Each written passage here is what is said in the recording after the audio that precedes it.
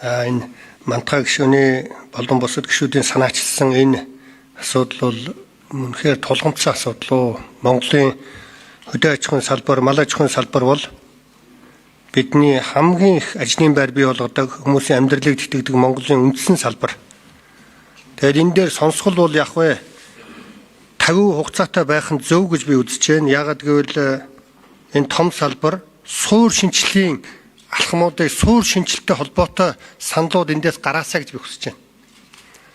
Нэг зүгээр нэг буруутай хайгаал явах биш, гарц гаргалгаа үрдүн бүр цаашлбал холбогдох хуулиудад нэмэлт өөрчлөлт оруулах саналууд энэ сонсголоос орж ирж гараасаа гэдэг үүднээс би бас нэлээд том үрдүн хүлээж байна. Идэвхтэй би бас дэмжиж байгаа идэвхтэй ажиллана.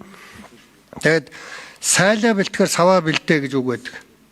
Одоо бид ерөөсөө энэ тусламж дэмжлэг буцалтгүй тусламж зээлэнд хөдөө аж ахуйн салбарт нэмж хэдийг өгөхгүй л гэж бид бодоод байдаг болохоос биш, өгч байгаа зүйл маань мафийн гарт орж яах нүггүй юу?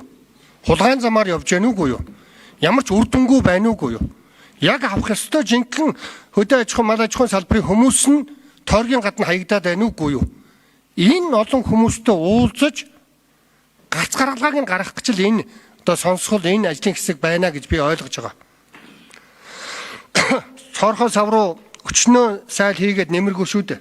Тэгэхээр саваа хэдүүлээ бөглөх, шудраг болгох ажил дээр онцгой энэ дээр анхаараасай гэж би хүсэж байна. Би тэгж ажилласаа гэж одоо бас энэ Мантга гишүүнд бас санал тавьж байна. За ингээд хоёрдугаар зүйл гэвэл энэ салбарын хөдөө аж ахуйн, мал аж ахуйн салбарын төлөөллийн байгууллагуудтай зайлшгүй уулзах ёстой шүү. Тэдний хууль ёсны, албан ёсны байр суурьуудыг тусгаж ээж бид ярихгүй бол гишүүд бүхнийг мэддэг юм шиг царайлж одоо 30 жил манай улс чинь дампуурлаа шүү дээ. Гишүүд өөрсдөө бүр маш ухаантай гэж үннээсээ итгэжээд байгаа учраас л бид бадраад байна шүү дээ. Би даасан хөндлөнгийн шинжээчдийн дүгнэлтийг сонсно гэдэг бол энэ одоо үйл ажиллагааны хамгийн гол амин сүнс нь байгаасаа гэж би хүсэж байна.